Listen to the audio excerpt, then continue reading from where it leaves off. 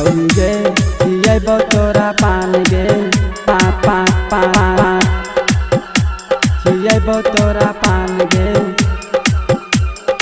Mix by Singing by Kanchan Raj Brajesh Muzaffarpur. Manga। Kanchan Raj Muzaffarpur. Kanchan Raj Muzaffarpur. Sitara studio 0 माइल भागलपुर।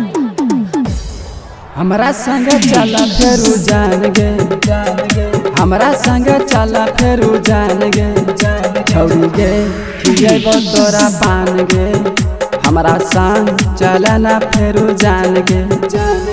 मान ली है दिल के भगवान गे मान ली है दिल के भगवान गे।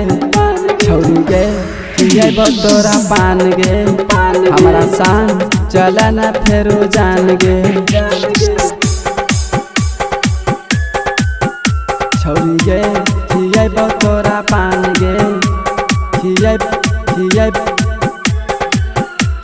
खियैबो तोरा पान गे। Mix by Kanchan Raj Muzaffarpur. आप कंचन सुन रहे राज हैं मुजफ्फरपुर। ब्रजेश धमाका को।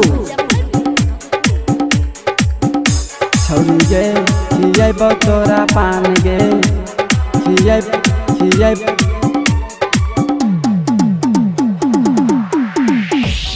झुमका दिलैबो गे पायल दिलैबो भागलपुर में तोरा गे शॉपिंग करैबो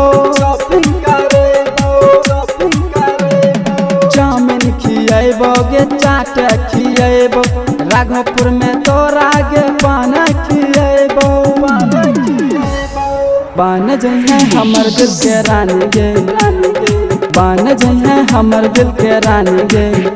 छौरी गे खियैबो तोरा पान गे हमरा संग चला ना फेरू जान गे। छौरी गे खियैबो तोरा पान गे खियैबो तोरा पान गे। Mix by Kanchan Raj Muzaffarpur. कंचन राज मुजफ्फरपुर। कंचन राज मुजफ्फरपुर। छौरी गे खियैबो तोरा पान गे खियैबो तोरा पान गे।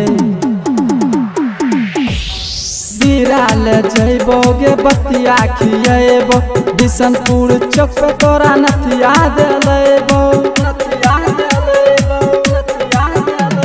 बुलेट से ले जइबो कुप्पा घाटे घुमैबो सैंडिस में तोरा गे फोटो खिंचैबो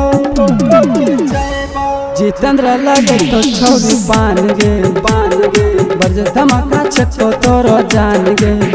राइटर मिथुन खिए तो तोरा पान गे हमरा संग चला ना फेरू जान गे हमरा संग चला ना फेरू जान गे।